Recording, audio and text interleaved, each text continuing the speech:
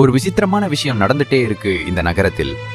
சின்ன சின்ன சைன்கள், யாரும் எதிர்பார்க்காத இடங்களில். ரயில்வே ஸ்டேஷன், பூங்கா பெஞ்ச், குப்பை தொட்டிகள் கூட ஒவ்வொன்றும் ஒரு மெசேஜ்.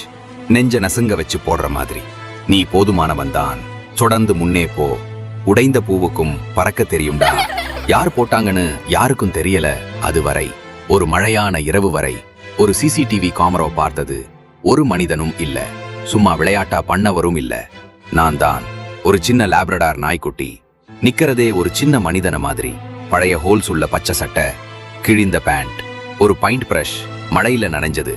நான் பிச்சை கேட்க மாட்டேன், நான் அலற மாட்டேன், நான் ஒண்ணுதான் பண்ணுவேன், ஓவியம் வரைவேன்.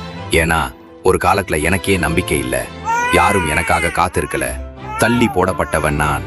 ஆனா அந்த ஓவியம் தான் எனக்கு ஒரு குரலா மாறிச்சு, ஒரு வழியா மாறிச்சு.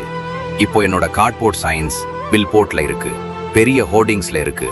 பசங்க பாருங்க, நிறுத்திக்கிட்டு வாசிக்கிறாங்க, வாஞ்சிக்கிறாங்க, அழறாங்க.